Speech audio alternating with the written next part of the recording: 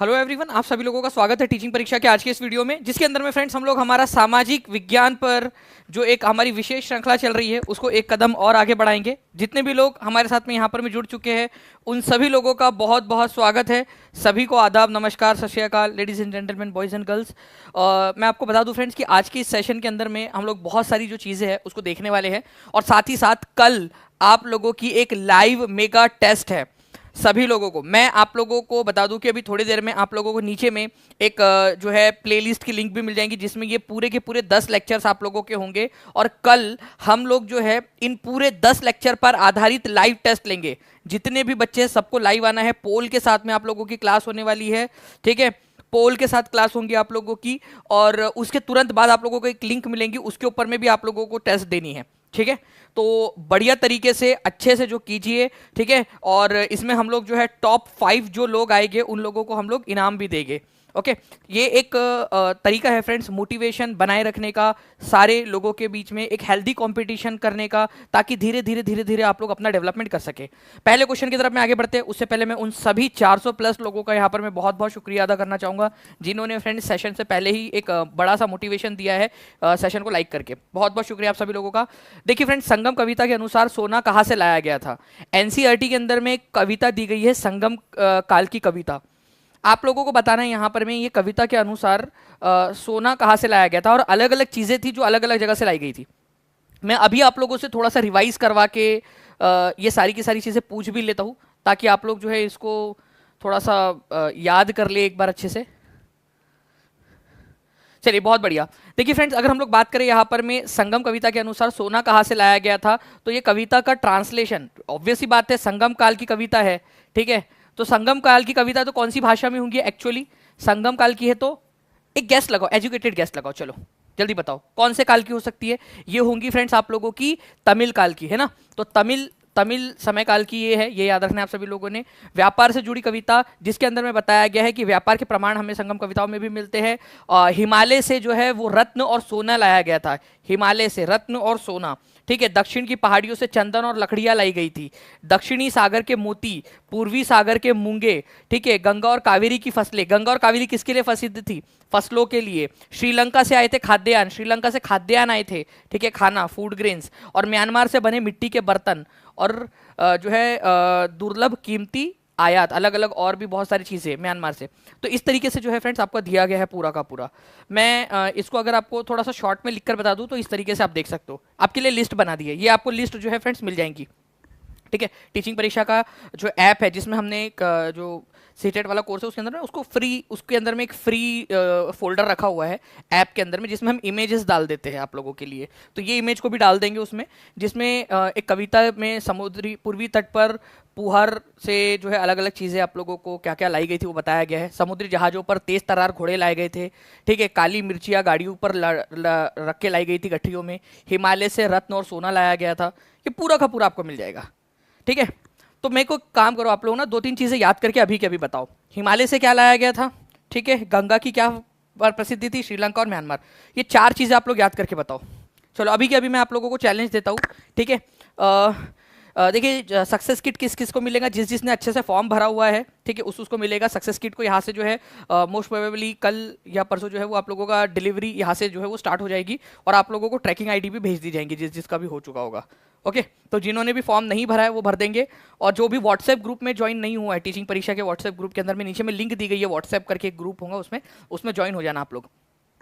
चलिए, तो ये आप लोग लिख लो एक बार, हिमालय से रत्न और सोना, गंगा और कावेरी की फसलें, श्रीलंका से खाद्यान्न और म्यांमार से मिट्टी के बर्तन। तो आप लोगों का संगम कविता के अनुसार सोना कहाँ से लाया गया था, तो ये लाया गया था जो है आप लोगों का हिमालय से, ठीक है, हिमालय से लाया गया था। ये याद रखना है आप सभी लोगों ने, इंपॉर्टेंट है। ओके, सोना और रत्न, ये पूरी लिस्ट है जो आपको मिल जाएंगी। नाउ फ्रेंड्स, अगर मैं आपसे बात करूं एग्रीकल्चर शब्द, ये एनसीईआरटी में दिया हुआ है, एनसीईआरटी का 8th स्टैंडर्ड की बुक के अंदर में 8th ज्योग्राफी का क्वेश्चन है ये, ज्योग्राफी का, ठीक है, भूगोल का, कि एगर शब्द का मतलब क्या होता है। एग्रीकल्चर शब्द जो है वो लैटिन शब्द एगर से निकला है, तो ये एगर शब्द का मतलब क्या होता है ये बताना था आप लोगों ने। तो एगर शब्द का मतलब जो होता है फ्रेंड्स वो होता है आप लोगों का, ठीक है, बताइए जल्दी से। एगर शब्द ही क्या है, ये आपके ओरिजिन में दिया हुआ है, वर्ड ओरिजिन एनसीईआरटी का, मैं आप लोगों को दिखाता हूँ, ठीक है। तो मतलब ही इसका होता है मिट्टी, क्योंकि मिट्टी के अंदर में किया जाता है आप लोगों का। देखिए मैं आपको दिखा रहा हूँ यहाँ पर में, ये देखिए वर्ड ओरिजिन करके एक सेक्शन दिया हुआ है एनसीईआरटी का स्क्रीनशॉट है ये। तो वर्ड एग्रीकल्चर जो है वो एक लैटिन शब्द है, ठीक है, एगर या एग्री, इससे लिया गया, जिसका मतलब भी होता है सॉइल। ओके, और कल्चर का मतलब होता है कल्टीवेशन, जोतना। तो मिट्टी के अंदर में जो जुताई की जाती है उसको एग्रीकल्चर कहते हैं, कृषि। सिंपल सी बात है एकदम, है ना। तो चलिए इस तरीके से आप लोगों ने याद रखना है। जल्दी जल्दी से सेशन को लाइक भी करते रहेंगे फ्रेंड्स, सभी लोग, जितने भी लोग देख रहे हैं, और जहां भी आप शेयर कर सकते हो शेयर भी करते रहना है आप सभी लोगों ने। चलिए, और मैं आपको बता दूं कल आप लोगों की मेगा टेस्ट है, लाइव ओनली टेस्ट, ठीक है। कल सभी लोग 5 बजे लाइव आ जाएंगे, आप लोगों के 50 क्वेश्चन में लाइव सॉल्व करवाऊंगा, और उस पर आधारित टेस्ट, जैसे ही लेक्चर खत्म होगा तुरंत आपकी टेस्ट होंगी ऐप के ऊपर में, और जो टॉप 5 बच्चे रहेंगे उन लोगों को 500 का जो है वो गिफ्ट वाउचर भी मिलेगा। ओके, तो वो एक अमाउंट एक अलग चीज होती है, लेकिन एक ये चीज है फ्रेंड्स की मोटिवेशन आप लोगों का कि भाई जो है आप एक हेल्दी कंपटीशन के अंदर में यहाँ पर में अपने आप को जांच रहे हो। किसी व्यक्ति के एक देश से दूसरे देश में जाकर रहने की प्रक्रिया को क्या कहा जाता है, ठीक है। एक व्यक्ति के एक देश से, देखिए वो अपने ही देश के अंदर में नहीं घूम रहा है, वो एक देश से किसी दूसरे देश के अंदर में चला गया है, ठीक है, उसको क्या कहा जाता है, उस प्रक्रिया को क्या कहते हैं, ये बताना है आप लोगों ने। तो एक व्यक्ति जब जो है एक नई कंट्री के अंदर में चला जाता है, ठीक है, तो उसको क्या कहते हैं आप लोग फ्रेंड्स, एक नए देश के अंदर में वो चला जाता है, एक देश से दूसरे देश में जाकर रहने लगता है, उस देश में चला जाता है। तो जिस देश में वो जा रहा है उस देश के लिए वो इमिग्रेंट बन जाता है, और उस प्रक्रिया को कहते हैं इमिग्रेशन, अप्रवासन, ठीक है। क्या कहते हैं उसको, अप्रवासन या इमिग्रेशन कहा जाता है। तो जो व्यक्ति, कोई एक व्यक्ति है, मान लीजिए यहाँ पर में ये हमारा राजू है, ठीक है, राजू जो है वो भारत छोड़कर, ठीक है, अमेरिका में जाकर बस गया, तो अमेरिकन लोगों के लिए राजू क्या हो जाएगा, अमेरिकन लोगों के लिए राजू इमिग्रेंट हो जाएगा, और जो प्रक्रिया होगी उसको कहा जाएगा इमिग्रेशन, ठीक है, अप्रवासन, इमिग्रेशन। ये एनसीईआरटी में दिया हुआ है आप लोगों का। और हमारे लिए क्या हो जाएगा वो, हम भारतीयों के लिए, राजू, हमारा राजू हमको छोड़कर चला गया, ठीक है, अमेरिका चला गया वो, तो हमारे लिए वो हो जाएगा एमिग्रेंट, ठीक है, क्या हो जाएगा वो, एमिग्रेंट, एमिग्रेशन, ठीक है, एमिग्रेंट हो जाएगा वो हमारे लिए, एमिग्रेंट। और वो प्रक्रिया को कहेंगे एमिग्रेशन, हमारे लिए एमिग्रेशन है उसका, ठीक है, लेकिन अमेरिका के लोगों के लिए वो इमिग्रेशन है, ठीक है। इन इम ऐसा याद रख लो, ठीक है। चलिए, तो हमारे लिए उत्प्रवास हो जाएगा, और अमेरिका के लिए, अमेरिका के लोगों के लिए अप्रवासन हो जाएगा वो प्रक्रिया, ठीक है। चलिए, तो D is the correct answer. Now friend, next question है आप लोगों का, तापमान परिवर्तन, पाले की क्रिया, पौधों, जानवरों और मानव गतिविधियों द्वारा उजागर चट्टानों के टूटने और क्षय को क्या कहा जाता है। मतलब अलग अलग जो है भसड़ मची पड़ी है, तापमान परिवर्तन हो रहा है, कहीं पे कोहरा पड़ रहा है, पाला पड़ रहा है, पौधे, जानवर और उनकी अलग अलग गतिविधियों और जिनके कारण चट्टानें टूट रही है, तो इस प्रक्रिया को क्या कहते हैं। तो इस प्रक्रिया को क्या कहा जाता है फ्रेंड्स, वेदरिंग कहते हैं आप लोग, वेदरिंग, अपक्षय, चट्टानों का टूटना, ठीक है। एक एनिमेशन के तहत आपको दिखाता हूँ, ये देखिए इस तरीके से जो चट्टानों की टूटन होती है, ठीक है, breaking and decay of exposed rocks, जो चट्टान ऊपर दिख रही है आपको, ठीक है, वो टूट रही है धीरे धीरे सेडिमेंट्स के अंदर में। इसको चाहे वो तापमान में परिवर्तन के कारण हो, फ्रॉस्ट मतलब पाला, या फिर आप लोगों का कोहरा वगैरह जो है उसके कारण, प्लांट, एनिमल्स और ह्यूमन एक्टिविटी के कारण जो चट्टानें टूटती है, उसको क्या कहा जाता है, उसको कहा जाता है आपका वेदरिंग, अपक्षय कहते हैं इसको, क्या कहते हैं, अपक्षय, ठीक है, अपक्षय, ठीक है, अपक्षय कहा जाता है इसको। डायरेक्टली एनसीईआरटी का जो जिस्ट है ना वो बता रहा हूं आप लोगों को मैं। 1000 प्लस बच्चे यहाँ पर मैं फ्रेंड्स 8 मिनट के अंदर में हो चुके हैं। जल्दी जल्दी से सेशन को सभी लोग लाइक कर देंगे, और जिन्होंने चैनल को सब्सक्राइब नहीं किया चैनल को सब्सक्राइब भी जरूर कर लेंगे आप लोग, ठीक है। ड्रीम जी, जल्दी जल्दी से।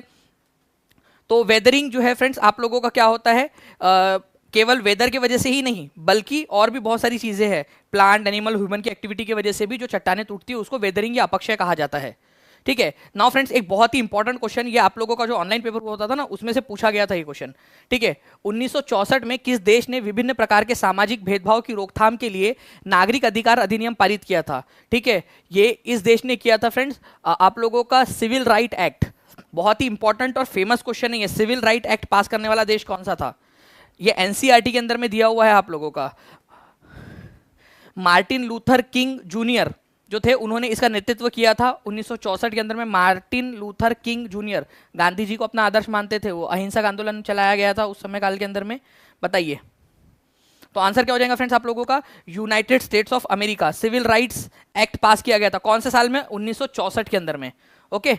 इस राइट के तहत जो है क्या किया गया आप लोगों का, ऐसी पॉलिसीज बनाई गई कि अफ्रीकन अमेरिकन जो लोग थे, जो उनके साथ में भेदभाव होता था, ठीक है, अफ्रीकन मूल के जो लोग अमेरिका में रहते थे, ओबामा अफ्रीकन मूल का अमेरिकन निवासी, ठीक है, तो अफ्रीकन मूल के जो अमेरिकन निवासी थे, जो 200-300 साल पहले गुलाम बनाकर वहाँ ले जाए गए थे, फिर वहीं पे बस गए, फिर उनकी पीढ़ियाँ होने लगी वहीं पे, तो अफ्रीकन अमेरिकन जो लोग थे उन लोगों के साथ भेदभाव होता था, उसके खिलाफ और इन लोगों को अधिकार देने के पक्ष में सिविल राइट्स मूवमेंट चलाया गया था, और उसके लिए सिविल राइट्स एक्ट आया 1964 में। ठीक है, इसमें बोला गया कि डिस्क्रिमिनेशन जो है वो रेस, मतलब कि किसी के भी जो है यहाँ पर आपके उसके जाति या फिर उसका कौन सा वाला नस्ल का है, वो काला है गोरा है, उसके आधार पर, धर्म के आधार पर, नेशनल ओरिजिन के आधार पर भेदभाव नहीं किया जाएगा। सीटेड पेपर 2 सोशल साइंस 17 जनवरी 2022 का question, Sangam texts have been composed and compiled in assemblies of poets that were held in city of Madurai. Sangam कविताएं लिखी गई थी फ्रेंड्स आप लोगों की, ठीक है, लिखी गई थी या इनका कंपाइलेशन हुआ था आप लोगों का मदुरई नाम के शहर के पास में। ठीक है, एज पर एनसीईआरटी। ठीक है, आपको बता दूं, वैसे तो तीन हुई हैं, मैं आपको बताता हूँ इसके बारे में भी। ठीक है, मदुरई सिटी के अंदर में ये हुई थी, दो एक्चुअल में कोर मदुरई में हुई और एक कपाटपुरम में हुई थी, लेकिन एनसीईआरटी में मदुरई लिखा हुआ है तो हम मदुरई मानेंगे। मैं आपको दिखा भी देता हूँ इसका। ठीक है, ओके, एनसीईआरटी का पूरा वही दिखा देता हूँ आप लोगों को पूरा। ठीक है, और बोला गया संगम कवि और अज्ञात यूनानी समकालीन थे। देखो, संगम कविताएं जो है फ्रेंड्स आप लोगों की जिस समय में लिखी गई थी, ठीक है, वो समय काल और यूनानी, उस समय के अज्ञात यूनानी लोग भी थे जिन्होंने यूनानी लोगों ने भारत के बारे में काफ़ी सारी चीज़ें लिखी है, लेकिन हम लोगों को उनके बारे में कुछ पता नहीं है, तो वो लोग समकालीन थे, उसी समय काल के थे, एक समय काल के थे। मतलब संगम कविताएं लिखने वाले लोग और कुछ यूनानी लोग जिन्होंने भारत के बारे में लिखा है, लेकिन हमें उनके बारे में कुछ नहीं पता कि वो लोग थे कौन। यूनानी लोग थे, यूनान से आए थे कई सारे, क्योंकि यूनानी आक्रमणकर्ताओं ने भारत पर आक्रमण किया था उस समय में। ठीक है, तो बात सही है, ये एनसीईआरटी में लिखा हुआ है। मैं आप लोगों को पूरा दिखा देता हूँ एनसीईआरटी में लिखा क्या है। देखिए, तमिल की प्राचीनतम रचनाओं को संगम साहित्य कहते हैं। तो संगम साहित्य कौन सी भाषा में लिखा गया था? ठीक है भाइयों और उनकी बहनों, ध्यान से देखिए आप लोग, तमिल भाषा में प्राचीनतम रचनाएं जो है संगम की, उनको तमिल भाषाओं के अंदर में उनकी रचना हुई थी। इनकी रचना करीब 2300 साल पहले हुई थी। ठीक है, इसलिए इनको संगम इसलिए भी कहते हैं, संगम कविता या संगम साहित्य इसलिए भी कहते हैं क्योंकि मदुरै जो कि आपका एक शहर है दक्षिण भारत के अंदर में, ठीक है, तमिलनाडु के अंदर में आज भी मदुरै नाम का शहर है। ठीक है, वहाँ पर में कवियों के सम्मेलनों में इनका संकलन किया गया था। ठीक है, गांव में रहने वालों के जिन तमिल नामों का उल्लेख यहाँ किया गया है वे संगम साहित्य में पाए जाते हैं। मतलब आसपास के जो गांव थे ना वहाँ के, ठीक है, वहाँ पर में आज भी जो टर्म्स इस्तेमाल की जाती है, ओके, वो संगम कविताओं के अंदर में भी लिखी हुई मिलती है। तो हमको समझ में आता है कि भाई उसके आसपास में ही वही के लोगों ने इसका जो है वही की भाषा में और वही के लोगों ने जो देखा वो उन लोगों ने लिखा उन कविताओं के अंदर में, उन साहित्य के अंदर में। इसके अलावा जो है फ्रेंड्स, संगम जो पोएट थे वो अननोन ग्रीक्स के कंटेम्पररीज थे या उनके समकालीन थे, जो कि जिस समय में दक्षिण भारत में ये कविताएं लिखी जा रही थी उस समय में उत्तर भारत के बारे में वो कुछ चीज़ें लिख रहे थे। ठीक है, कुछ यूनानी लेखक या यूनानी सेलर्स मतलब नाविक या यात्री भारत आए, बट उनके बारे में हम लोगों को कुछ ऐसा पता नहीं, बट उन्होंने कुछ ना कुछ भारत के बारे में लिखा। ठीक है, तो वो लोग जो है, कुछ लोग दक्षिण भारत के बारे में लिख रहे थे, कुछ उत्तर भारत के बारे में लिख रहे थे, दोनों समकालीन थे। अब इस क्वेश्चन का आंसर आप लोग देखिए क्या होगा, बहुत ध्यान से समझने की कोशिश करना है ये क्वेश्चन आप लोगों का। ठीक है, पिंकी डिम्पी जी, कोई बात नहीं, आप नेटवर्क में आ जाइए अच्छे से। देखो, दोनों के दोनों स्टेटमेंट बिल्कुल सही है। संगम टेक्स्ट जो है आप लोगों के वो मदुरई में बनाए गए थे एज पर एनसीईआरटी, अभी आपको दिखा दिया मैंने। ठीक है, और जो आर है आपका संगम पोएट और जो अननोन ग्रीक लोग थे वो कंटेम्पररी थे, समकालीन थे, दोनों सही है। लेकिन संगम कवि और ग्रीक्स समकालीन थे, उसका ये मदुरई में लिखने से क्या लेना देना? दोनों अपने आप में सही है, लेकिन क्या ये दोनों समकालीन थे इसी वजह से मदुरई में लिखा गया? क्या आर जो कि सही है अपने आप में उसके वजह से ए हुआ है क्या?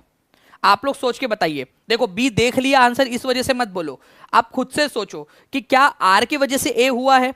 क्या संगम कवि और अज्ञात यूनानी समकालीन थे इसी वजह से उन्होंने मदुरई शहर में एक जो है ग्रंथों की रचना की और संकलन किया उसका? क्या भाई, अरे वाह, हम लोग समकालीन है, अच्छा तो दानिश सर जो है फिर यहाँ मैंने 2300 साल बाद पढ़ाएंगे, तो हम एक काम करते मदुरई में बैठकर लिख लेते। तो समकालीन थे और लिख रहे थे, उससे दोनों का कनेक्शन क्या? अपने आप में वो इंडिविजुअली सही है दोनों के दोनों। ठीक है, इसी वजह से both A and R are true, but R is not the correct explanation of A. R does not explains why A has happened.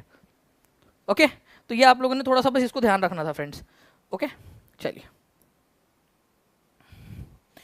Next point की तरफ में हम लोग आगे बढ़ते हैं हमारे। तो B is the correct answer यहाँ पर में आप लोगों का। अब देखिए यहाँ पर मैं आप लोगों का एक और ज्योग्राफी का क्वेश्चन, इस प्रश्न के अंदर में बताया गया है आप लोगों को कि दी गई विशेषताओं के आधार पर खगोलीय पिंडों को पहचाने। वे गैसों द्वारा बने हुए होते हैं, गैस से बने हुए होते हैं, ठीक है, ठीक है। अपनी खुद की हीट और लाइट होती है उनके पास में, और वो बड़े और गर्म होते हैं। तो किसके बारे में बात हो रही है, कौन से खगोलीय पिंडों के बारे में या सेलेस्टियल बॉडीज के बारे में बात हो रही है? तो सेलेस्टियल बॉडीज वो बॉडीज होती है जो हमको आसमान में दिखाई देती है, ठीक है। तो गैस से बने हुए होते हैं, गर्म और होते हैं, लाइट ही इमिट करते हैं, बड़े होते हैं। तो स्टार्स की बात हो रही है यहाँ पर में आप लोगों के, तारों की। जैसे कि हमारा सूर्य गैस का बना हुआ है, हाइड्रोजन और हीलियम है वो, ठीक है, उसका गोला है, गैस का गोला है, गर्म है, हीट उत्सर्जित कर रहा है, लाइट उत्सर्जित कर रहा है, इसी वजह से आप लाइट में देख पाते हो, ठीक है, बड़ा है, गर्म है। तो आप लोगों का ये पूरा का पूरा किस ओर इशारा कर रहा है? स्टार की तरफ में, जैसे कि सूरज हमारा उसका एग्जाम्पल है, ठीक है, good.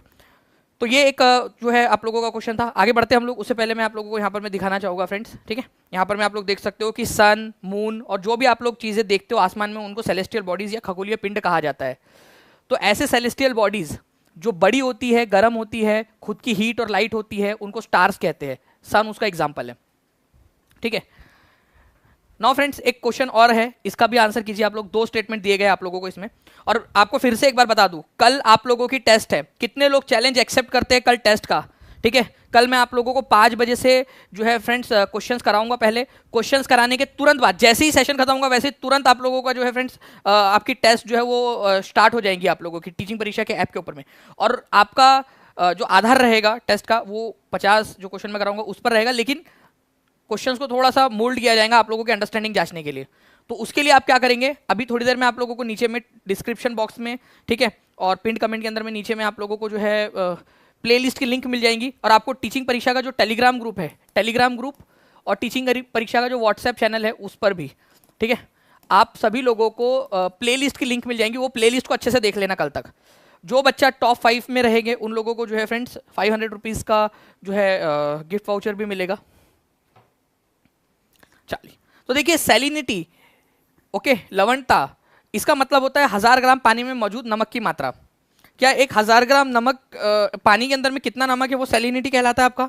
Average salinity of the ocean is 35 parts पर 1000, ठीक है। तो देखो फ्रेंड्स, सबसे पहली बात तो लवणता का मतलब होता है आप लोगों का कि 1000 ग्राम पानी के अंदर में, ना कि 100 ग्राम, 1000 ग्राम पानी के अंदर में कितना नमक है, ठीक है, वो मैटर करता है आप लोगों का, ना कि 100 ग्राम पानी के अंदर में। तो लवणता को 1000 ग्राम पानी के अंदर में नापा जाता है, ठीक है। तो ये पहला वाला गलत है 100 की वजह से, ठीक है। महासागर की औसत लवणता कितनी है? हमारे पूरे जितने भी महासागर है पूरे दुनिया भर में, उनकी एवरेज निकाला जाए तो 35 पार्ट्स पर 1000, 35 भाग प्रति 1000 निकलती है। तो केवल दूसरा वाला सही है आपका।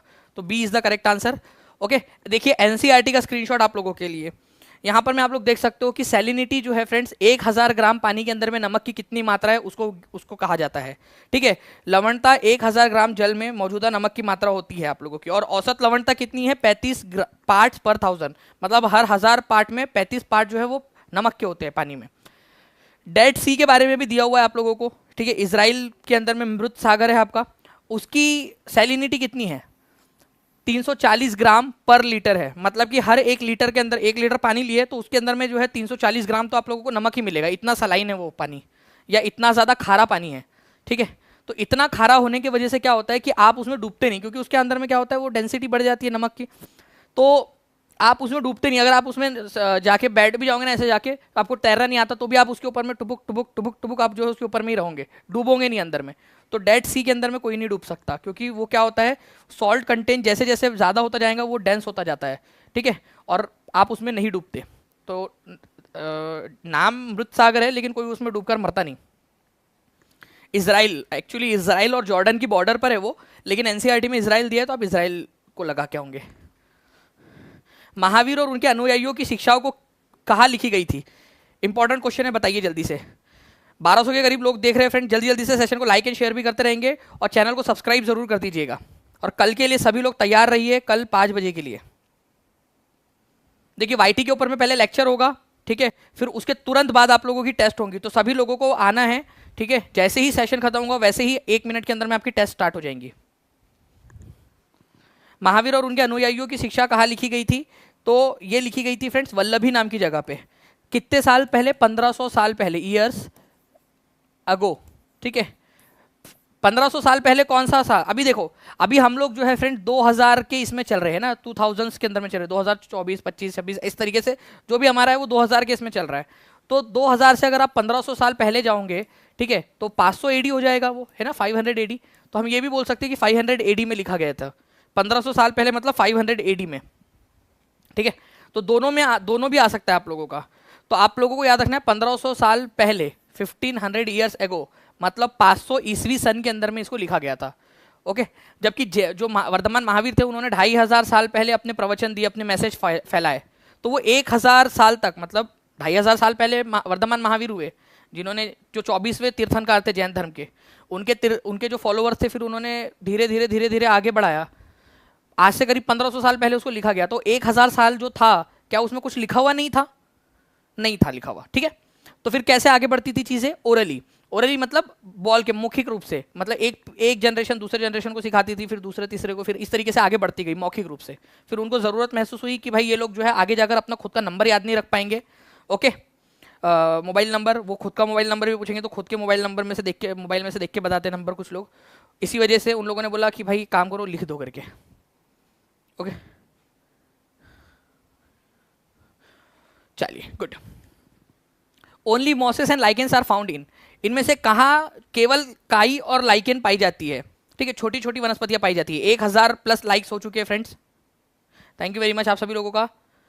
व्हाट्सएप का देखिए परवेज जी, नीचे में ना एक ग्रुप बना हुआ है, नीचे व्हाट्सएप ग्रुप आपको दिया गया है, मैं लास्ट में आपको दिखा दूंगा, ठीक है। इनमें से कहा केवल लाइकेन और काई पाई जाती है? टैगा वनस्पति, उष्णकटिबंधीय सदाबहार वनस्पति में, टुंड्रा में, या इनमें से कहीं नहीं।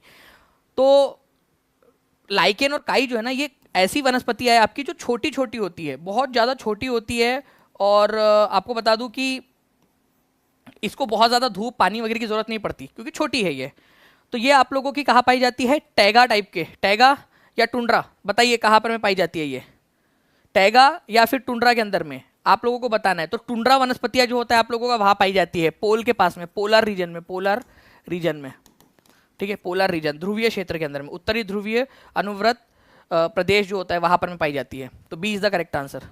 देखिए, ये आप लोगों का 50 से 70 डिग्री तक का जो एरिया है उत्तरी गोलार्ध में, 50 डिग्री नॉर्थ से 70 डिग्री नॉर्थ, इसको क्या कहते हैं आप लोग बताइए जल्दी से।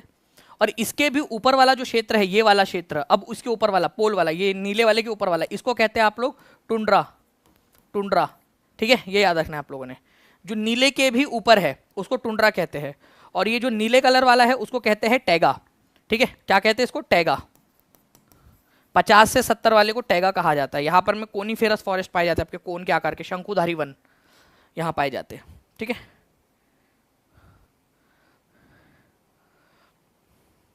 सिंघम निराली जी, अभी नहीं फॉर्म भर करना पड़ेगा, वो कल आप भरोगे उसको, ठीक है।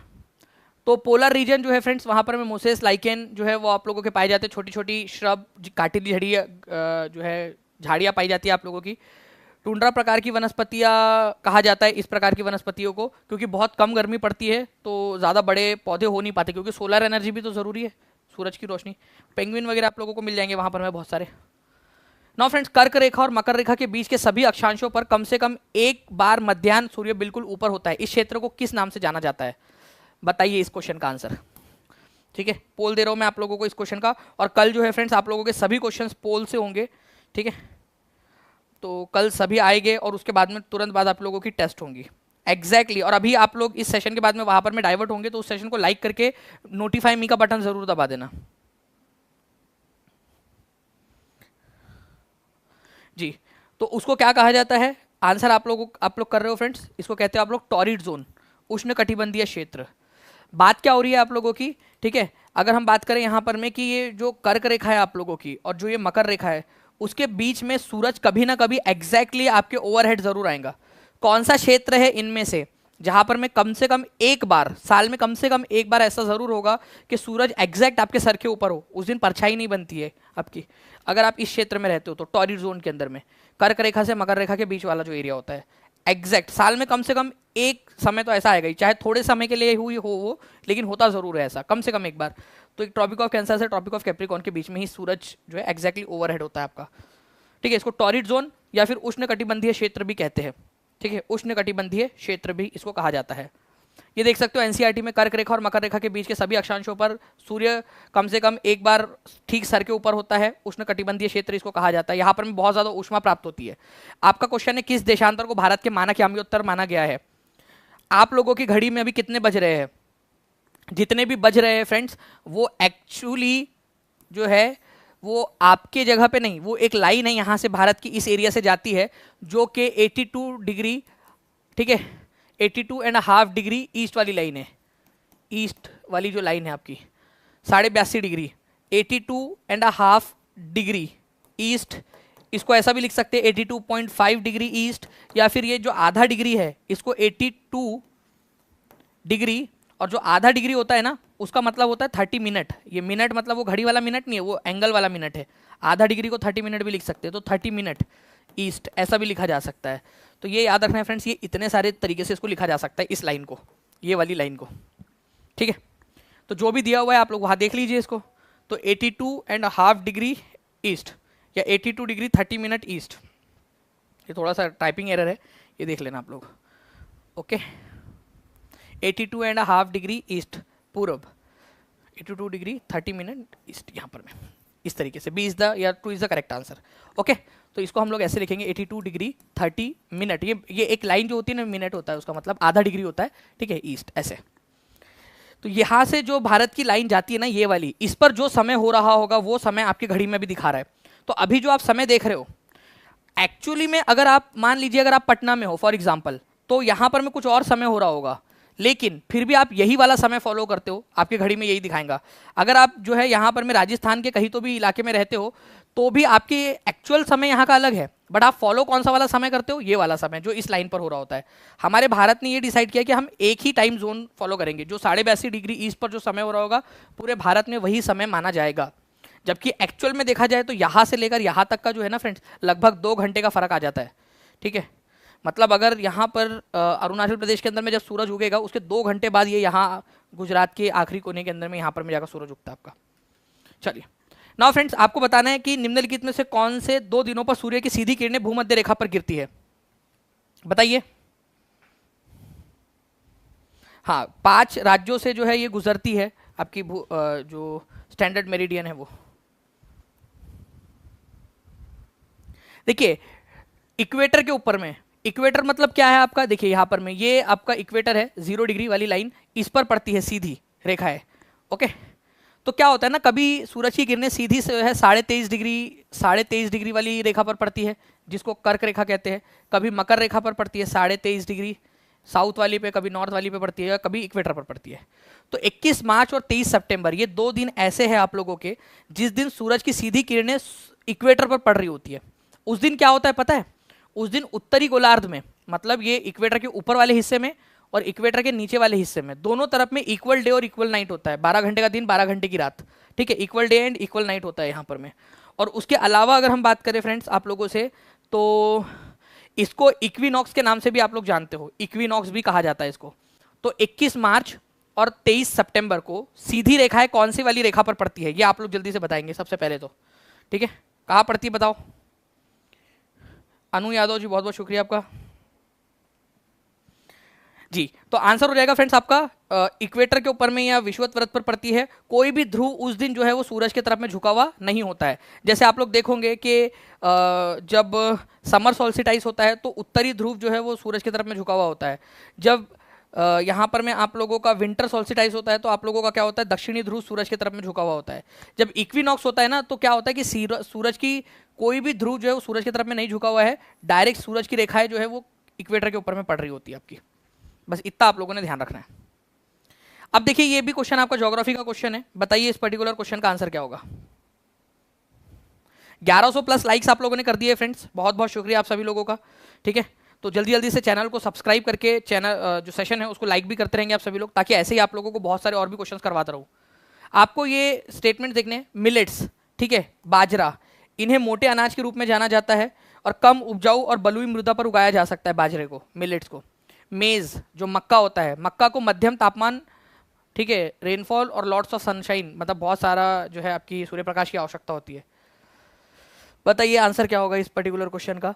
तो एक एक करके हम लोग बात करते हैं। मैं ना इसमें से आंसर हटा देता हूँ अभी फिलहाल के लिए, और आपके लिए फिर से क्वेश्चन दिखाऊंगा, ठीक है। ऐसा करें हम लोग 2 बार क्वेश्चन देखते हैं इसको। एक बार मैं आपको क्वेश्चन आपने देख लिया, अभी पहले आप लोग जो है अपना आंसर आप लोगों ने मार्क कर लो, लॉक कर लो, फिर मैं आपको क्वेश्चन एक्सप्लेनेशन देता हूँ, फिर आप लोग चूज करना अपना आंसर। मिलेट्स या जो मोटा अनाज होता है उसके अंदर में आता है आपका जवार, रागी और बाजरा, ठीक है। जवार, रागी, बाजरा ये सब मोटे अनाज की कैटेगरी में आते हैं। इनको भविष्य की फसलें भी कहते हैं। ये आप लोगों का बीपीएससी टीआरई में भी आया था कि भविष्य की फसलें किसको कहा जाता है। तो मिलेट्स या जो मोटा अनाज है, बाजरा, जवार, रागी, ठीक है। एस्टेट के अंदर में आया था कि इनमें से निम्नलिखित में से कौन सा वाला जो है मोटा अनाज है आपका, जवार, बाजरा, रागी, उपयुक्त में से सभी। तो आंसर उपयुक्त में से सभी था। ये जवार, बाजरा, रागी, इनको जो है आप लोग मोटा अनाज कहते हो। क्यों कहते हैं? क्योंकि ये कम उपजाऊ वाली जमीन के अंदर में जो है उग जाते हैं, तो इसको भविष्य की फसलें कहा जाता है। भविष्य में जब उपजाऊ जमीन कम रहेंगी, रेतीली जमीन ज्यादा हो जाएंगी आपकी पृथ्वी के ऊपर में, तब भी आपके लिए खाना अवेलेबल रहेगा, ठीक है। ये कम कम जो रेनफॉल वाला इलाका है वहां पर में उग जाती है, ठीक है। हाई टू मॉडरेट टेम्परेचर चाहिए और एडिक्वेट, मतलब मध्यम वर्षा, पर्याप्त वर्षा मिल जाए काम चल जाता भाई, ज्यादा नखरे नहीं है इसके। अपूर्ण को क्या, अपूर्ण ऐसा इन लोगों का मानना है, इन लोगों का, ठीक है। तो ये चीज है, थोड़ा सा आप लोगों ने इसको ध्यान रखना है। ओके, मैं आप लोगों को फिर से बता दूं फ्रेंड्स कि कल आप लोगों की जो है इंपॉर्टेंट वाली टेस्ट है, ठीक है। लाइट जा चुकी है, इन्वर्टर के ऊपर में आ चुका है पूरा का पूरा सिस्टम। अगर मान लीजिए बीच में बंद भी होता है तो समझ जाना कि कल टेस्ट है आप लोगों की, कल आप लोगों को आना है, ठीक है, 5 बजे।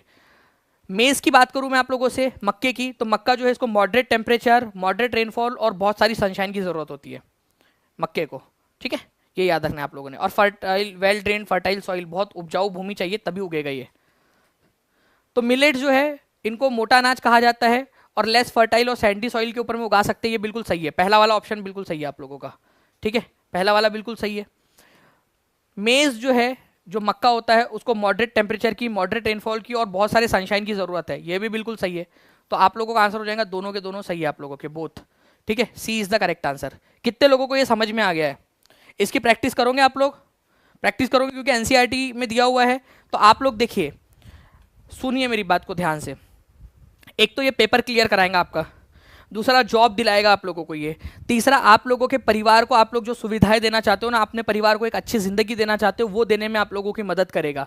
ये छोटी छोटी सी चीजें हैं, बहुत बड़ा पत्थर मिट्टी खोदने का काम आप लोगों का नहीं है। आप लोगों को क्या करना है? दिमाग लगाना है, याद करना है, उन सारी चीज़ों को जो है अच्छे से परफॉर्म करना है एग्जाम के अंदर में। बस इससे आप अपना और अपने परिवार का भविष्य सिक्योर कर सकते हो, ठीक है। तो यही चीजें हैं जो बाकी लोगों के मुकाबले में आपको बेहतर बना रही है। तो ये करना है कि नहीं करना है आप लोगों ने? प्रैक्टिस क्वेश्चंस की बार बार रिवाइज करना है। जब मैं आप लोगों को पूरी अपनी एनर्जी के साथ में करा रहा हूं तो आप लोगों ने भी पूरी एनर्जी के साथ में इन सारे क्वेश्चंस को करना है। यही चीज है जो आपको बेहतर बना रही है। दुनिया के अंदर में एक नियम होता है, सर्वाइवल ऑफ फिटेस्ट। जो फिटेस्ट होता है, फिटेस्ट का मतलब यहां पर में केवल शरीर से नहीं है, यहां पर में हर जिंदगी के हर एस्पेक्ट के अंदर में है आपका। तो ये क्वेश्चंस आपने करने हैं और बार बार प्रैक्टिस करोगे, अपने आप आगे बढ़ जाओगे। Which of the following is false for rice farming? ठीक है, चावल उगाने के लिए निम्नलिखित में से कौन सा वाला असत्य है? जल्दी से बताइए आप सभी लोग।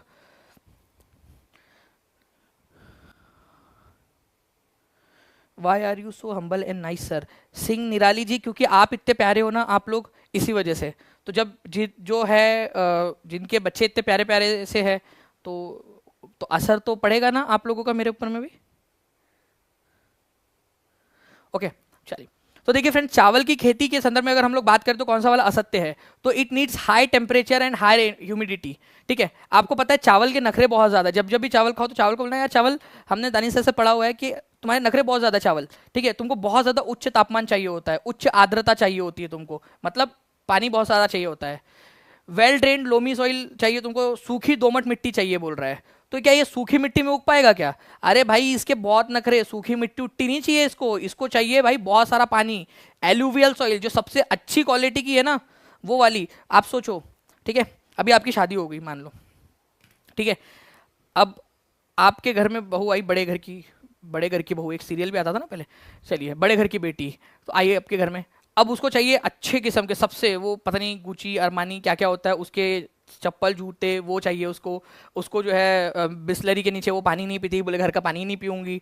ठीक है, जो है बिल्कुल 5 स्टार होटल से जो है चाय कॉफ़ी मंगा कर पीती है, घर के अंदर में चाय नहीं बनाती। ठीक है, तो ये इस तरीके के नखरे हैं इसके भाई। इसको बोलता भाई well drained, drained loamy soil मतलब दोमट मिट्टी, मतलब वो भुरभुरी जिसमें आपकी पत्थर छोटे कण और बारीक कण दोनों का मिक्सचर जो होता है ना, उसको लोमी सॉइल दोमट मिट्टी बोलते हैं। ऐसा नहीं चलता, मिक्सचर उक्सचर वाला काम नहीं चाहिए इसको। इसको भाई चाहिए सबसे बेस्ट वाली मिट्टी।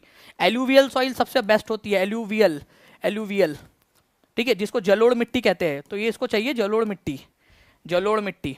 तो ये वाला आप लोगों का गलत है, तो गलत वाला पूछा ना आपसे, तो ये होगा आपका, क्योंकि सूखी दोमट मिट्टी तो नहीं चाहिए इसको, इसको जलोड़ मिट्टी चाहिए। ठीक है, चाइना जो है फ्रेंड्स सबसे बड़ा प्रोड्यूसर है, और उसके बाद में जो है फ्रेंड्स बांग्लादेश जो है आपका, बांग्लादेश और भारत के पश्चिम बंगाल के अंदर में ऐसी जी। तो फ्रेंड्स यहाँ पर मैं आप लोगों को बता दूं कि अभी जो है आपको बताया था कि लाइट चली गई थी, इन्वर्टर के ऊपर में आ गया था सारा का सारा सिस्टम, तो वो इन्वर्टर की पावर ड्रेन हो गई। क्योंकि आप लोगों को बताना चाहूँगा कि एक तो स्मार्ट बोर्ड बहुत ज़्यादा पावर कंजम्पशन करता है, दूसरी चीज़ बहुत सारे लाइट्स लगाने होते हैं आसपास में, तभी जाकर आप लोगों को बेहतर क्वालिटी के अंदर में स्क्रीन और जो है ये पूरा का पूरा स्ट्रीमिंग आप लोगों तक पहुँचाई जा सकती है। ठीक है, तो चलिए मैं आप लोगों को ये क्वेश्चन करवा देता हूँ जल्दी से, जितने भी लोग जुड़े हुए हैं। ठीक है, आप लोग जो भी आपके साथी संगी है जो वेट कर रहे होंगे, उन लोगों तक भी पहुंचा दीजिए कि क्लास जो है फिर से स्टार्ट हो चुकी है। मैं आप लोगों से ये बता रहा था कि भाई इसको हाई टेम्परेचर और हाई ह्यूमिडिटी की ज़रूरत होती है। ओके, किसको? चावल को। उसके बाद में जो है इसको वेल ड्रेन्ड लोमी सॉइल या फिर दोमट मिट्टी की नहीं, एलुवियल सॉइल की ज़रूरत होती है, ये याद रखना है आप लोगों ने। तो आप लोगों का जो गलत वाला है वो है बी वाला। चीन चावल का सबसे बड़ा उत्पादक है, और बांग्लादेश और भारत का पश्चिम बंगाल, वहाँ क्लाइमेट की कंडीशन ऐसी है कि साल में 2 से 3 फसलें भी उगा लेते हैं वो लोग। मतलब एक फसल काटी चावल की, फिर दूसरी और उगा ली, ठीक है, उसको भी काट ली और तीसरी भी उगा ली, तो 2-3 फसलें उगा लेते वो चावल की। ऐसी वहाँ की क्लाइमेटिक कंडीशन है बांग्लादेश और पश्चिम बंगाल के अंदर में। इसी वजह से फ्रेंड्स हमारे भारत के अंदर में पश्चिम बंगाल चावल का सबसे बड़ा उत्पादक है आज भी। तो बी जो है यहाँ पर मैं आपका आंसर हो जाएगा, क्योंकि आपसे असत्य वाला पूछा है। तो सूखी दोमट मिट्टी नहीं, कौन सा वाला चाहिए था इसको? इसको चाहिए था फ्रेंड्स आपका एलुवियल सॉइल, बिल्कुल। ठीक है, तो चावल को एलुवियल सॉइल चाहिए, ऐसी मिट्टी जो पानी को पकड़ के रख सके, रिटेन कर सके। चिकनी जो है थोड़ी सी ऐसी मिट्टी जो पानी को पकड़ के रख सके, जो ऐसे आप जिसको बोल सकते हो आप लोग मॉइस्चर कंटेनिंग प्रॉपर्टी जिसकी ज़्यादा हो। ठीक है, सबसे बड़ा प्रोड्यूसर जो है चाइना है, फिर इंडिया, जापान, श्रीलंका, इजिप्ट, ये भी आते हैं लाइन में। पश्चिम बंगाल और बांग्लादेश ऐसे इलाके हैं, ठीक है, जहाँ पर में 2-3 फसलें भी उगा ली जाती है चावल की। किस प्रकार के चट्टानी क्षेत्र में पेट्रोलियम के भंडार पाए जाते हैं? ठीक है, पेट्रोलियम के भंडार आपको कौन से वाले प्रकार के इसमें मिलेंगे, आपको ये बता दीजिए आप लोग जल्दी जल्दी से। तो कौन से प्रकार की चट्टान होती है जिसमें पेट्रोलियम पाया जाता है? तो देखिए फ्रेंड्स, सेडिमेंट्री रॉक्स जो होती है ना, सेडिमेंट्री चट्टाने, उसमें आपको पेट्रोलियम पाया जा सकता है। पता है क्यों? क्योंकि जो सेडिमेंट्री चट्टाने होती है ना, वो सेडिमेंट छोटे छोटे टुकड़े होते हैं उनसे बनती है। जैसे कि बहुत सारे कण थे अलग अलग चट्टानों के, वो टूट टूट के एक दूसरे पे जमा होते गए, जमा होते गए, फिर दबाव के कारण वो आपस में जुड़ गए। कोई एक मछली आई यहाँ पर में, मछली मछली ठीक है, समझ लेना ये मछली है। ठीक है, मछली आके फंस गई इसमें, वो दब गई इसमें। ठीक है, कोई पेड़ वगैरह आया, पेड़ टूट गया था, वो इसमें फंस गया। ठीक है, तो उसमें अवशेष फॉसिल्स फंस जाते हैं। तो ऐसी ही प्रकार की है जिसके अंदर में आप लोगों को पेट्रोल या फॉसिल फ्यूल्स वगैरह मिल सकते हैं। ठीक है, फॉसिल वगैरह आप लोगों को मिल सकते हैं। किस प्रकार में? सेडिमेंट्री टाइप की चट्टानों के अंदर में। तो रॉक ऑयल या पेट्रोलियम, पेट्रोलियम का मतलब ही होता है रॉक ऑयल, पेट्रोलियम मतलब ही होता है। तो सेडिमेंट्री रॉक्स के अंदर में आप लोगों को मिलता है। ब्लैक गोल्ड भी इसको कहा जाता है। अब आप लोगों में से कुछ लोग कहोगे कि सर ब्लैक गोल्ड तो काली मिर्च को भी कहते हैं। तो जी हाँ, काली मिर्च को जो है फ्रेंड्स प्राचीन समय काल के अंदर में कहा जाता था ब्लैक गोल्ड। तो प्राचीन समय में जो है ब्लैक गोल्ड, ठीक है, काला सोना किसको कहते थे प्राचीन समय में? तो आंसर लगाना है काली मिर्च को। लेकिन अगर आपसे बोला जाए कि आधुनिक समय काल के अंदर में ब्लैक गोल्ड किसको कहा जाता है आज के समय में, तो आज के समय में ब्लैक गोल्ड पेट्रोलियम को कहा जाता है। दोनों ही एनसीईआरटी के पॉइंट्स है, इसी वजह से आप लोगों को बता दिया मैंने ये चीज़। ठीक है, चलिए नेक्स्ट क्वेश्चन की तरफ में हम लोग बढ़ते हैं फ्रेंड्स आगे जल्दी से।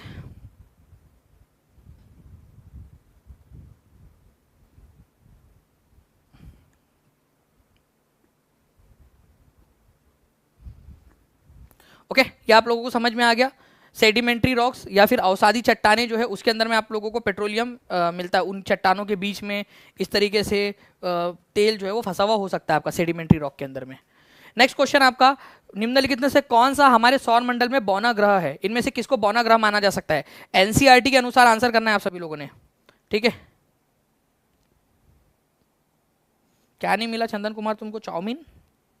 कौन सा वाला इमोजी बनाया आपने?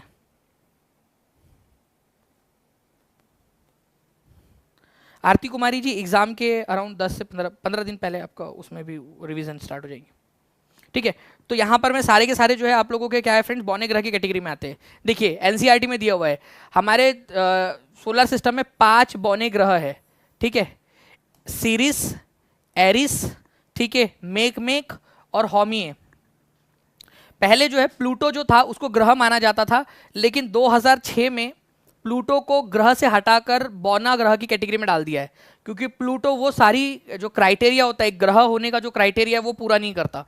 इसी वजह से उसको ग्रह से हटाकर बौना ग्रह बना दिया गया मतलब कैटेगरी में डाल दिया गया।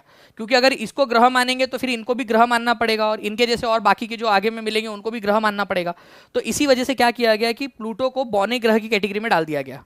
तो प्लूटो भी एक बौना ग्रह है, ठीक है, आपका ग्रह नहीं बौना ग्रह, ड्वार्फ प्लैनेट है। सीरिस है, एरिस है, एरिस को ही 2003 UB313 के नाम से जानते हैं, एनसीईआरटी में दिया हुआ है आपका 2003 UB313 के नाम से जानते हैं। और इसके अलावा मेक और हॉमी ये भी आपके बौने ग्रह है, ये याद रखना है आप लोगों ने, ओके। तो आप लोगों का इस पर्टिकुलर क्वेश्चन का आंसर क्या हो जाएगा, ठीक है, UB 2003 UB313, जिसको आप लोग किसके नाम से जानते हो? एरिस के नाम से जानते हो, तो इसको एरिस कहा जाता है। लीजिए आपका हो गया। सीरिस आप लोगों का ये मिल गया आप लोगों को, ठीक है। प्लूटो बौना ग्रह है, तो सारे के सारे जो है आपके बौने ग्रह के एग्जाम्पल ये 3, ये सारे के सारे। नेक्स्ट आप लोगों का क्वेश्चन देखिए फ्रेंड्स, एक क्वेश्चन पर्टिकुलरली आप लोगों के जो एग्जाम के अंदर में आप लोगों से पूछा जा सकता है। आप लोगों को बताना है कि first Indian women in the world to climb Mount Everest, Mount Everest पर चढ़ने वाली पहली भारतीय महिला कौन थी? और एनसीईआरटी में जो भी पॉइंट इससे रिलेटेड दिया है वो सारे आपको बता देता हूँ मैं जल्दी जल्दी से। उससे पहले आप लोग जो है फ्रेंड्स सेशन को लाइक एंड शेयर कर देंगे, और जिन लोगों ने भी चैनल को सब्सक्राइब नहीं किया चैनल को सब्सक्राइब भी जरूर कर लेंगे। मैं आपको बता दूं कि आप लोगों के लिए कल 5 बजे एक इंपॉर्टेंट वाला सेशन है, लाइव टेस्ट है, सभी लोग आ जाएंगे, ठीक है, सभी के सभी लोग। Thank you very much Neetu Singh ji. तो आंसर क्या हो जाएगा फ्रेंड्स, माउंट एवरेस्ट पर चढ़ने वाली भारत की पहली महिला कौन थी? तो जंको ताबेई जो है फ्रेंड्स ये जापान की थी, ये याद रखना, पहली महिला थी पूरे दुनिया में लेकिन जापान की थी, ठीक है। तो आंसर आप लोगों का हो जाएगा बचेंद्री पाल। बचेंद्री पाल कौन से साल में चढ़ी थी माउंट एवरेस्ट पर? ये क्वेश्चन मैं आप लोगों से पूछ रहा हूँ। आपके पास में केवल 10 सेकंड का समय, 10 सेकंड के अंदर में जो आंसर लिख सकता है जल्दी से लिख देंगे आप लोग 10 सेकंड के अंदर में। साल कौन सा था वो जिस साल बचेंद्री पाल माउंट एवरेस्ट के ऊपर में चढ़ी थी? तो आंसर हो जाएगा फ्रेंड्स आप लोगों का 1980। जल्दी बताइए कौन सा वाला समय था वो? 4, 5, 6, 7, 8, 9 क्या था वो? तो 84 था, 23 में 1984, 23, ठीक है, मई, ठीक है, 1984 का समय था। तो आंसर आप लोगों का हो जाएगा बचेंद्री पाल। और आप लोगों को यहाँ पर मैं बताना चाहूँगा कि एडमंड हिलेरी और तेंजिंग नोर्गे शेरपा ये पहले 2 व्यक्ति थे जो माउंट एवरेस्ट पर चढ़े। कौन से साल के अंदर में? 1953 में, ठीक है, मई 1953 के अंदर में। जंको ताबेई जो है फ्रेंड्स ये पहली महिला थी जापान की जो माउंट एवरेस्ट के ऊपर में चढ़ी। और वही जो है फ्रेंड्स आपके फर्स्ट इंडियन वुमेन जो थी वो थी बचेंद्री पाल। इन तीनों में क्या एक चीज़ कॉमन है बता सकते हो क्या आप लोग? इन तीनों में एक चीज कॉमन है, बता जल्दी से देखिए, एक बार देखने की कोशिश कीजिए आप लोग, क्या चीज एक कॉमन दिख रही है इनमें से आपको? तीनों के तीनों जो है वो मई के महीने में चढ़े थे, ठीक है। ऑब्वियस सी बात है, मई के महीने के अंदर में गर्मी का समय होता है उत्तरी गोलार्ध के अंदर में, ठीक है। तो मई के महीने के अंदर में चले थे क्योंकि बाकी समय में वहां पर में और ज्यादा सर्दी बढ़ जाती है इसी वजह से। तो तीनों के समय में मई का महीना कॉमन है, ओके। चलो नेक्स्ट क्वेश्चन की तरफ में आगे बढ़ते हैं फ्रेंड्स। आप लोगों को बताना है निम्नलिखित में से कौन सा वाला कौन से 2 महाद्वीप है जो कि इस्थमस ऑफ, ठीक है, पनामा से जुड़े हुए? कौन से 2 पर्वत नहीं महाद्वीप होना चाहिए यहाँ पर में, महाद्वीप, ठीक है, कॉन्टिनेंट्स, कॉन्टिनेंट्स, ठीक है, कौन से 2 कॉन्टिनेंट्स है जो इनसे जुड़े हुए हैं? तो इस्थमस का मतलब क्या होता है? पहली बात तो ये क्लियर करो, इस्थमस मतलब, ठीक है, इस्थमस या फिर जिसको स्थल संधि कहा जाता है हिंदी में, क्या बोलते हो आप लोग इसको? स्थल, स्थल संधि, स्थल संधि। स्थल संधि मतलब एक ऐसा भूमि की पट्टी, एक भूमि की पट्टी जो कि दो बड़े बड़े भूभागों को जोड़े हुए हो, दो बड़े बड़े भूभाग को जोड़ने वाली जो छोटी पट्टी होती है उसको इस्थमस कहते हो आप लोग, ठीक है। ऐसा ही जो है फ्रेंड्स एक पट्टी है जिसको आप लोग पनामा, इस्थमस ऑफ पनामा के नाम से जानते हो। ये क्या किया है, आपका जो नॉर्थ अमेरिका है और जो साउथ अमेरिका है इन दोनों को जोड़ा हुआ है, ठीक है। स्थल संधि, पनामा की स्थल संधि, इस्थमस ऑफ पनामा, ये याद रखना है आप सभी लोगों ने, ओके। तो इंपॉर्टेंट है, एग्जाम के अंदर में आप लोगों से पूछ सकते हैं ये पॉइंट आप लोगों का। चलिए, इस्थमस ऑफ पनामा। एक दूसरा होता है फ्रेंड्स स्ट्रेट, जल संधि। जल संधि क्या होती है कि जो एक ऐसा पानी का भाग जो दो बड़े बड़े पानी के भागों को जोड़े हुए हो उसको कहा जाता है आप लोगों का जल संधि। तो एक जल संधि यहाँ इस जो है फ्रेंड्स पॉइंट के अंदर में आप लोगों को दिख रही है। बता सकते हो आप लोग कौन सी वाली जल संधि के बारे में हम लोग बात कर रहे हैं यहाँ पर में? ये देखिए कौन सी जल संधि और उन वो किन दो को जोड़े हुए हैं?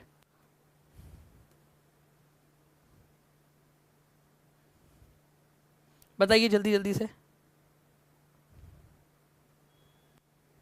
ये यहाँ पर में इस एरिया में आर्कटिक ओशन और प्रशांत महासागर है। यहाँ पर में यहाँ आर्कटिक ओशन है, यहाँ प्रशांत महासागर है और बेरिंग जल संधि है यहाँ पर में, बेरिंग की जल संधि। तो आर्कटिक और प्रशांत महासागर को जोड़े हुए है वो। तो जल संधि मतलब ऐसा पानी का भाग जो दो बड़े बड़े पानी के भागों को जोड़ता हो, ओके। नाउ फ्रेंड्स एक और क्वेश्चन आप लोगों का, इस क्वेश्चन का आंसर करेंगे आप लोग सभी लोग जल्दी से। इस पर्टिकुलर क्वेश्चन में बोला गया है, आप लोग हिस्ट्री का क्वेश्चन नहीं है आपका, देखिए, और एक्चुअल एग्जाम में पूछा गया प्रश्न, कुरनूल, भीमबेटका, हंसगी और पाटने, ठीक है। आपको जोड़ियां मिलानी है यहाँ पर में, कौन सी वाली जोड़ी किसके साथ बनेगी। कल एग्जैक्ट 5 बजे आप लोगों की टेस्ट स्टार्ट होंगी। जितने भी बच्चे लाइव देख रहे हैं या ऑफलाइन देख रहे हैं, कल आप लोगों को लाइव जरूर आ जाना है। कल एग्जैक्ट 5 बजे सभी लोगों ने लाइव आ जाना है। आप लोगों को मैं कल क्वेश्चंस कराऊंगा और उसके तुरंत बाद जैसे ही सेशन होगा वैसे ही तुरंत आप लोगों की टेस्ट होंगी। तो जो बच्चे लाइव देखेंगे वही टेस्ट दे पाएंगे, और टेस्ट देने वाले जो टॉप 5 बच्चे रहेंगे, जो टेस्ट में टॉप 5 पे आएंगे, उन लोगों को जो है इनाम भी मिलेगा। दूसरी चीज ये होंगी, आप लोगों का एक हेल्दी कॉम्पिटिशन होगा, आपको पता चलेगा आप कितने पानी में हो। और आप लोगों को एक प्लेलिस्ट दूंगा, वो प्लेलिस्ट आप अच्छे से देख लेना। नीचे में इस लेक्चर के बाद में आपको नीचे में प्लेलिस्ट मिल जाएगी, ठीक है। वो प्लेलिस्ट आप लोग देख लीजिएगा। कुरनूल, ठीक है। टीम जो भी पीछे से देख रहे होंगे लेक्चर को, प्लीज एक बार कंफर्म कर दीजिए कि प्लेलिस्ट आपने अपलोड कर दी है, प्लेलिस्ट वहाँ डाल दिए। कुरनूल की जो गुफाएं हैं फ्रेंड्स, ये आपको आज के आंध्र प्रदेश में मिलेंगी। यहाँ पर मैं आपको आग की राख के अवशेष मिले हैं, ठीक है, भस्म के अवशेष, आग की राख के अवशेष, ठीक है। आग जलाते हो तो पीछे में राख बच जाती है ना, तो उसकी राख के अवशेष मिले। इससे पता चलता है यहाँ रहने वाले जो पूरा पाषाण काल के जो लोग थे, ठीक है, उन लोगों को आग जलाना आता था। तो पैलियोलिथिक एज में आग जलाना जानते थे। एक ही जोड़ी लगेगी दो के साथ और एक ही जगह पे लगी हुई है, आंसर खत्म हो गया। देखो ये एग्जाम का एक्चुअल क्वेश्चन जो टीचिंग परीक्षा के ऐप पर भी मैंने अपलोड किया है फ्री ऑफ कॉस्ट आप लोगों के लिए। टीचिंग परीक्षा के ऐप को डाउनलोड कर लेंगे, ठीक है, आपको फ्री ऑफ कॉस्ट वहाँ पर में मिल जाएगा, ओके। तो कुरनूल की गुफाएं, ट्रेसेस ऑफ ऐश आपको मिल जाएंगे वहां पर में। भीमबेटका जो है फ्रेंड्स, ये याद रखना है आप लोगों ने, यहाँ पर मैं आपको पेंटिंग मिली है, केव्स और रॉक शेल्टर्स आपको मिले हैं और उसमें पेंटिंग्स भी की गई थी।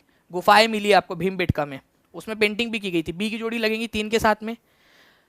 हुंसगी नाम की जगह जो है आप लोगों का, ये हुंसगी है, ये हुंसगी नाम की जो जगह है ये आपको मिलेगा कर्नाटक में। और यहाँ पर मैं आपको हैबिटेशन कम फैक्ट्री साइट, ठीक है, हैबिटेशन कम फैक्ट्री साइट। हैबिटेशन मतलब जहां लोग रहते थे, और फैक्ट्री साइट मतलब उद्योग स्थल जहां पर वो पत्थरों से औजार बनाते थे, ठीक है। फैक्ट्री साइट मतलब जहां पत्थरों के औजार बनाते थे, पत्थरों को छीलकर। तो इन लोगों का बेसिकली हुंसगी में वर्क फ्रॉम होम चल रहा था, ठीक है, मतलब घर भी था वहां पर में और फैक्ट्री साइट भी मिली है। तो हैबिटेशन और फैक्ट्री साइट दोनों मिलती है आपको हुंसगी के अंदर में, ठीक है। तो ये क्वेश्चन अपने आप में 1 नंबर का क्वेश्चन बन सकता है आप लोगों का, ठीक है। हैबिटेशन कम फैक्ट्री साइट कहाँ पर में मिली आपको, आवास और उद्योग स्थल एक साथ कहाँ पर में मिला है आप लोगों का, तो हुंसगी के अंदर में। ये याद रखेंगे आप लोग, ठीक है, इंपॉर्टेंट एग्जाम के अंदर में पूछेगा आप लोगों से, ओके। और पाटने में शुतुरमुर्ग के अंडे के छिलके, ऑस्ट्रिचेस के एक्शेल, ये भी एक इंपॉर्टेंट क्वेश्चन है, ओके। चलिए बहुत बढ़िया। कुरनूल कहाँ पर मैं कुरनूल बताता हूँ आपको। ये यहाँ पर मैं आप देखिए, ये कुरनूल है आंध्र प्रदेश के अंदर में। यहाँ आग की राख के अवशेष मिले। ये हुंसगी है जहाँ वर्क फ्रॉम होम चल रहा था उन लोगों का, मतलब कि हैबिटेशन, आवास और फैक्ट्री साइट दोनों मिली है। फैक्ट्री साइट मतलब जहाँ पत्थरों के औजार बनते थे। ये भीमबेटका जहाँ पर में आप लोगों को मिले हैं चट्टानों के बीच में गुफाएं, चट्टानी गुफाएं, ठीक है। और महाराष्ट्र में जो है पाटने नाम की जगह जहाँ पर में शुतुरमुर्ग के अंडे के छिलके मिले। एक क्वेश्चन और है आप लोगों का फ्रेंड्स, टाटा आयरन स्टील के बारे में, एनसीईआरटी बेस्ड क्वेश्चन, ठीक है। जल्दी बता देंगे इसका आंसर क्या होने वाला है आप लोगों का। गजाला परवीन जी स्वागत है आपका जी देखिए friends, Tata iron and steel company limited की शुरुआत 1907 में हुई थी, ऐसा बोला जा रहा है। ठीक है, Tata iron and steel company की शुरुआत 1907 में हुई। उड़ीसा में स्वर्ण रेखा और खारकाई नदियों के संगम पर ये शुरू की गई थी, और स्वतंत्रता से पहले भारत में यह एकमात्र लोहा और इस्पात संयंत्र था। देखते कितने लोग आंसर कर पाते हैं। मैं यहाँ पर आप लोगों को जो है पोल भी दे रहा हूँ, और मैं आप लोगों को यहाँ चैलेंज कर रहा हूँ कि इस क्वेश्चन का आंसर जो है आप जो है 50% से ज़्यादा, कुछ भी नहीं, 50% से ज़्यादा बस बच्चे सही आंसर करके बता दो। केवल 50% से ज़्यादा बच्चे, मान जाऊंगा आप लोगों को। केवल 50% भी कर दिया आपने सेशन के 30 सेकंड, इस क्वेश्चन के 30 सेकंड के अंदर अंदर। तो चैलेंज है आप लोगों को सभी को, और यही चैलेंज है जो आप लोगों को आगे बढ़ाएगा। ये बच्चे हैं जो सिलेक्शन लेंगे, सीटेट भी पास करेंगे और आगे में जाकर सिलेक्शन भी लेंगे, क्योंकि वो गलती करने का साहस रखते हैं। ये वो बच्चे हैं जो आगे बढ़ने का साहस रखते हैं, गलतियों से सीखने का साहस रखते हैं। मैं आपको चैलेंज कर रहा हूं केवल 50% सही आंसर करने का, 50% बच्चों के। 10 सेकंड बचे आप लोगों के, 10 सेकंड के अंदर में 50, 10 सेकंड के अंदर में 5 4 3 2 1। जी चलिए, 38% बच्चे हैं जिन्होंने सही आंसर दिया है, केवल 38% लोगों ने। कितना, मैंने 50 का टारगेट दिया था, केवल 38% बच्चों ने सही आंसर दिया है। ठीक है, तो Tata iron and steel company limited TISCO की स्थापना 1907 में हुई थी, पहला वाला सही है आपका। ठीक है, स्वतंत्रता से पहले ये भारत में एकमात्र लोहा और इस्पात संयंत्र था, सही बात है, भारत में एकमात्र था स्वतंत्रता के पहले, बाद में बने बाकी के, ये भी बिल्कुल सही है आपका, पहला और तीसरा। सेकंड वाला, ये उड़ीसा में स्वर्ण रेखा और खारकाई नदियों के, उड़ीसा में है क्या ये? उड़ीसा में है क्या आपका ये, कि झारखंड में है? उड़ीसा के अंदर में गच्चा खा गए आप लोग यहाँ पर में, उड़ीसा देखकर। उड़ीसा में नहीं है ये झारखंड के अंदर में है। एक छोटा सा चेंज क्या किया, वहां फंस गए आप लोग। ठीक है, झारखंड के अंदर में। तो बी वाला जो है वो गलत है, कितने लोगों ने यही वाली गलती कर दी थी। ठीक है, दूसरा वाला गलत है, क्यों? क्योंकि ये आप लोगों का उड़ीसा में नहीं, झारखंड के अंदर में है। ठीक है, झारखंड में, ये याद रखना था आप सभी लोगों ने, इंपॉर्टेंट पॉइंट याद रहेगा अभी अगले बार से।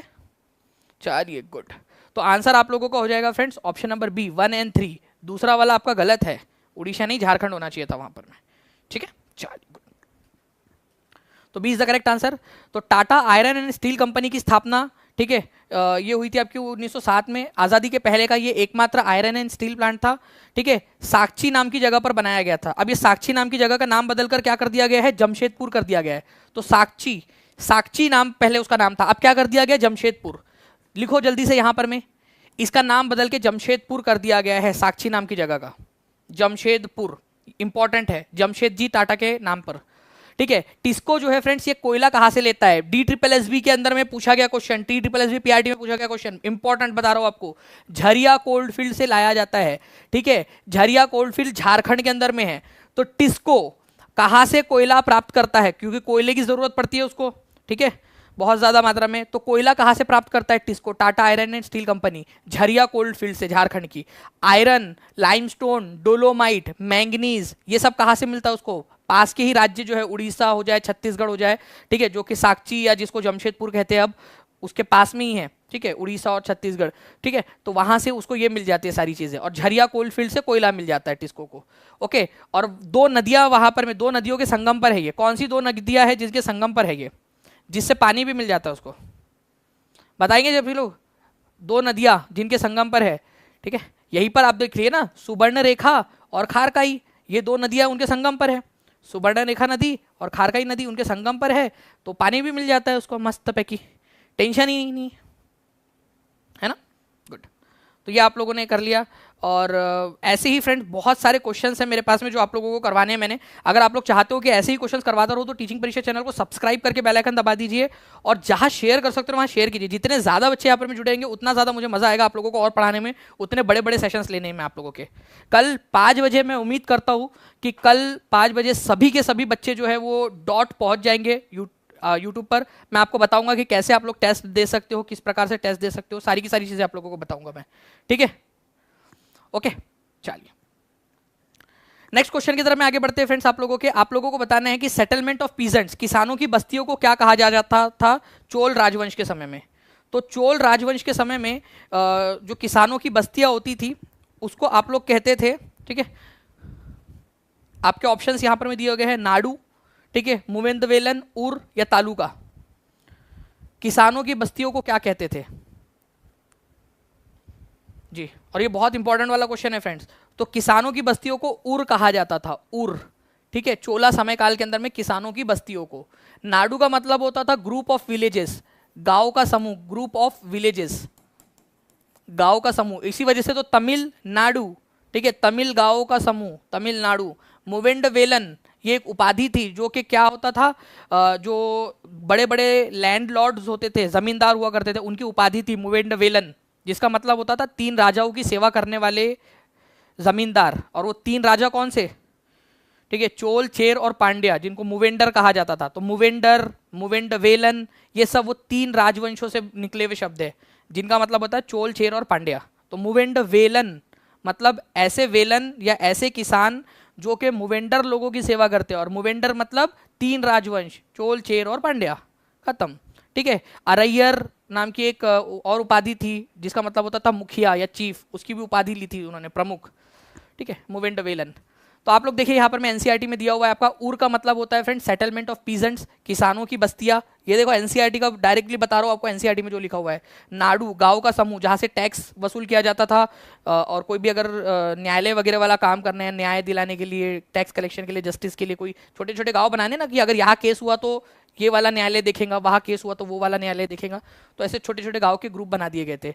वेल्लाल जाति के जो बड़े किसान होते थे वो इनकी देखरेख करते थे नाडु की। और ये वेल्लाल जाति के किसान अपने आप को मुवेंडवेलन, अरैयर ऐसी उपाधियां दिया करते थे। चलिए इस क्वेश्चन का आंसर आप लोग सभी लोग कमेंट में करेंगे फ्रेंड्स। DSSB में पूछा गया प्रश्न है और मैं चाहूंगा कि हर एक बच्चा इस पर्टिकुलर क्वेश्चन का आंसर करे, ठीक है। DSSB में पूछा गया प्रश्न, हर एक बच्चा इसका आंसर करेगा, ठीक है। और अभी थोड़ी देर पहले ही मैंने आपको बताया है, मैंने ये क्वेश्चन का आंसर हर एक बच्चे से मेरे को कमेंट में चाहिए। और कल जितने भी लोग आने वाले हैं, ठीक है, 5 बजे डॉट 5 बजे आप लोगों ने जो है टीचिंग परीक्षा के यूट्यूब चैनल पर आ जाना है आप लोगों ने। और जो फॉर्म आप लोगों को दिया है, आई होप आप लोगों ने भर दिया होगा वो फॉर्म, ठीक है, वो भी आप लोग देख लीजिएगा। साथ ही साथ मैं आपको बता दूं कि कैसे जो है आप लोग टीचिंग परीक्षा के साथ में जो है वो टीचिंग परीक्षा का जो व्हाट्सएप ग्रुप है उसके अंदर में कैसे आप लोग जुड़ सकते हो। जैसे फॉर एग्जांपल अगर आप लोग देखोगे, ये टीचिंग परीक्षा का यूट्यूब चैनल है फॉर एग्जांपल, ठीक है, तो इसके अंदर में मैं आपको दिखा देता हूँ। लोड हो जा भाई जल्दी जल्दी से।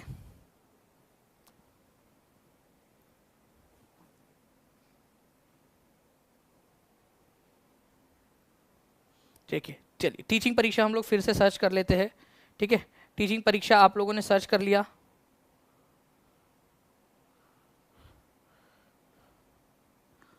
ओके।